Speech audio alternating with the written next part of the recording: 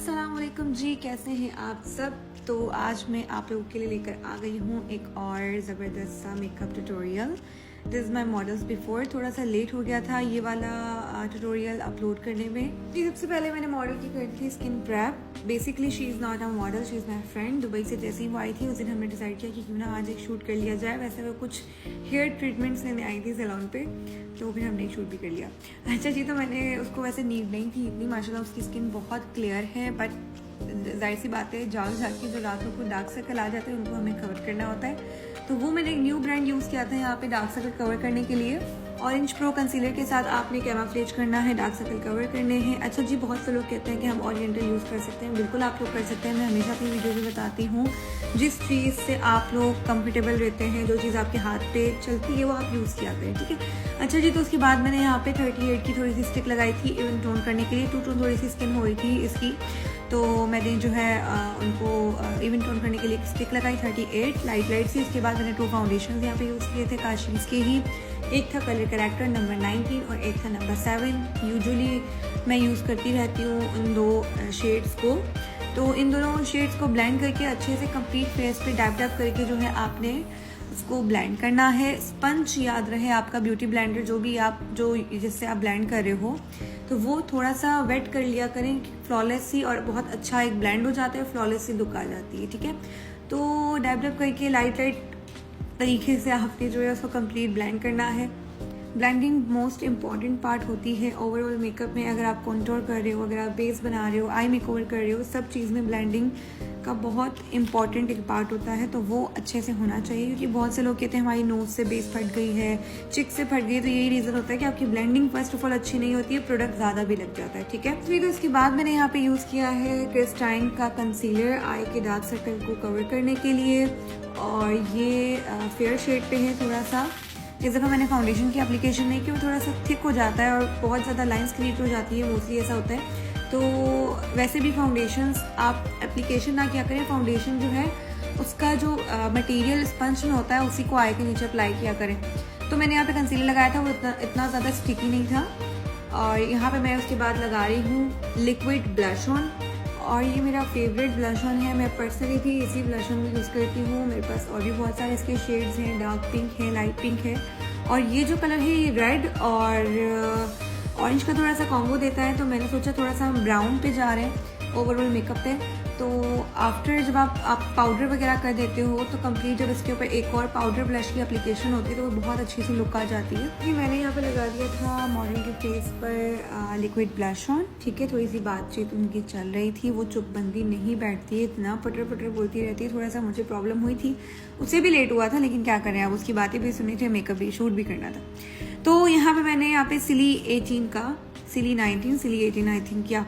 तो यहाँ पे मैंने उनका कॉम्पैक्ट लगाया है, और इस कॉम्पैक्ट की पिगमेंट बहुत अच्छी है, और मैं जब इसे फाउंडेशन के ऊपर यूज़ करती हूँ तो वो एक बहुत अच्छी सी लुक आ जाती है। ना बेस इतनी वाइट पे जाती है, ना येलो पे जाती है, मतलब एक ओवरऑल एक अच्छी सी लुक आ जाती है, फ्रेश सा फेस पे। अच्छा जी, तो इसके बाद यहाँ पे मैंने कर दिया है डस्ट ऑफ। जितना भी एक्स्ट्रा प्रोडक्ट था फेस पे, जितना मटेरियल फेस पे लगना था वो लग चुका है, बाकी डस्ट ऑफ होके वो रिमूव हो जाएगा। इसके बाद जी यहाँ पे मैं कर रही हूँ कॉन्टोर। कलर एक्सप्रेस की कॉन्टोर किट है। इस कॉन्टोरिंग की जो एक बेसिक थिंग जो मुझे पसंद है, इसके शेड्स डार्क हमें मिल जाते हैं, क्योंकि अमूमन ऐसा होता है कि डार्क कलर्स के कॉन्टोर नहीं मिलते, या तो हमें लिक्विड पे जाना होता है या तो क्रीम कॉन्टोर पे।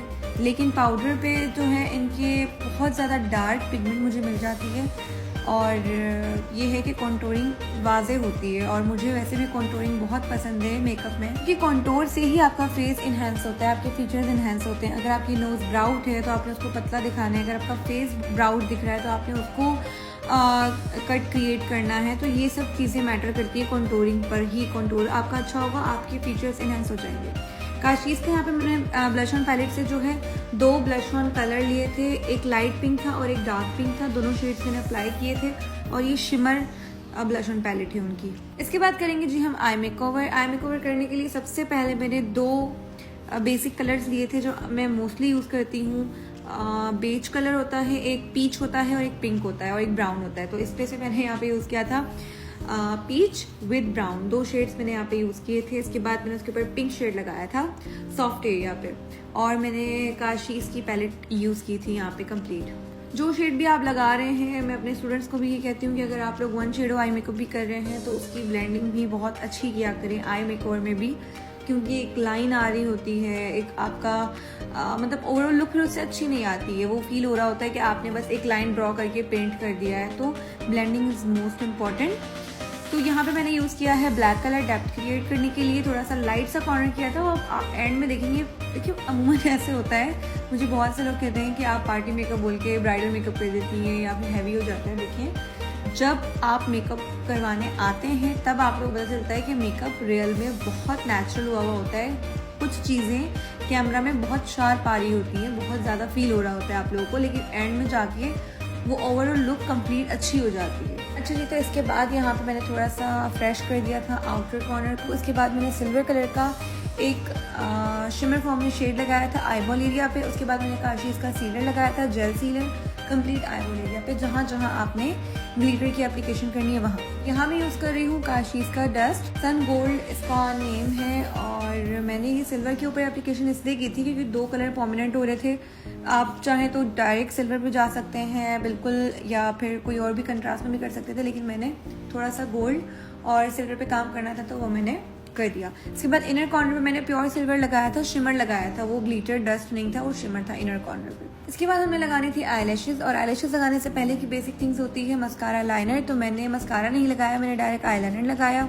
और ये थी हमारी आईलैशेस जैस्मिन, और टन ये लग गई आईलैशेस। तो इसके बाद हम करेंगे फिक्सर। काशीज़ का फिक्सर है, कंप्लीट फेस पे अप्लाई करना है क्योंकि हमें लगाना है, क्या लगाना है, हाइलाइटर। हाइलाइटर लगाने से पहले हम करते हैं फिक्सर ताकि हमारा हाइलाइटर अच्छे से स्टे कर जाए और बहुत अच्छी ग्लोइंग से लुक आ जाए। तो हाइलाइटर मैंने यहाँ पे यूज़ किया है Gabrini, which is my favourite product. Highlighter बहुत क्रीमी और बहुत ब्लेंडेड शेड्स हैं इसमें, पाउडरी बिल्कुल भी नहीं है, बहुत अच्छे से ब्लेंड हो जाते हैं। तो आप लोग ट्राई करिएगा गैब्रिनी के हाइलाइटर्स। अच्छा जी, तो इसके बाद हमने कर लिया था यहाँ पे पूरी ब्रश से आईब्रो को ब्रश, ताकि जितना भी एक्स्ट्रा प्रोडक्ट हो वहाँ से भी निकल जाए। उसके बाद मैंने क्रिस्टाइन का डार्क ब्राउन शेड लिया था आईब्रो को रिफिल करने के लिए, वो भी बहुत अच्छा कलर है। उससे ये होता है कि आपको अलग एक brown shade with black shade की नीड नहीं होती है अलग अलग यूज़ करने की। वो एक डार्क ब्राउन शेड है और वो बहुत अच्छा नेचुरल कलर लगता है।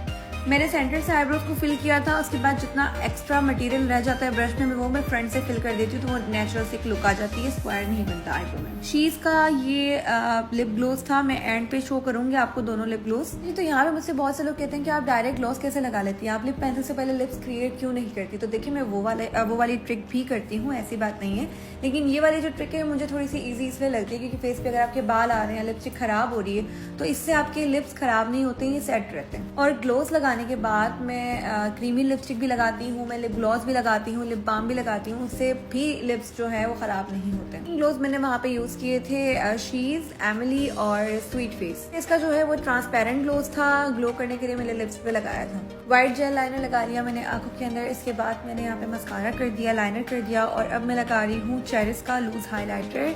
ये मुझे बहुत पसंद है और मैं हर मॉडल ब्राइड को एंड पे लगाती हूँ एक अच्छी सी ग्लो के लिए। जी ये थी हमारी मॉडल की फाइनल लुक। हेयर स्टाइलिंग इतनी हैवी नहीं की थी, बिल्कुल डिसेंट इसलिए रखा था क्योंकि उन्होंने उसी दिन नैनोप्लास्टिया करवाया था, जैसे कि मैंने आप लोग को बताया था कि ये हेयर ट्रीटमेंट्स के लिए आई थी। तो ये हमारी छोटी सी क्रिएटिविटी थी। होप आप लोग को पसंद आया हो। कमेंट, लाइक, शेयर जरूर कीजिएगा। नेक्स्ट वीडियो में मिलते हैं, तब तक के लिए अल्लाह हाफिज़।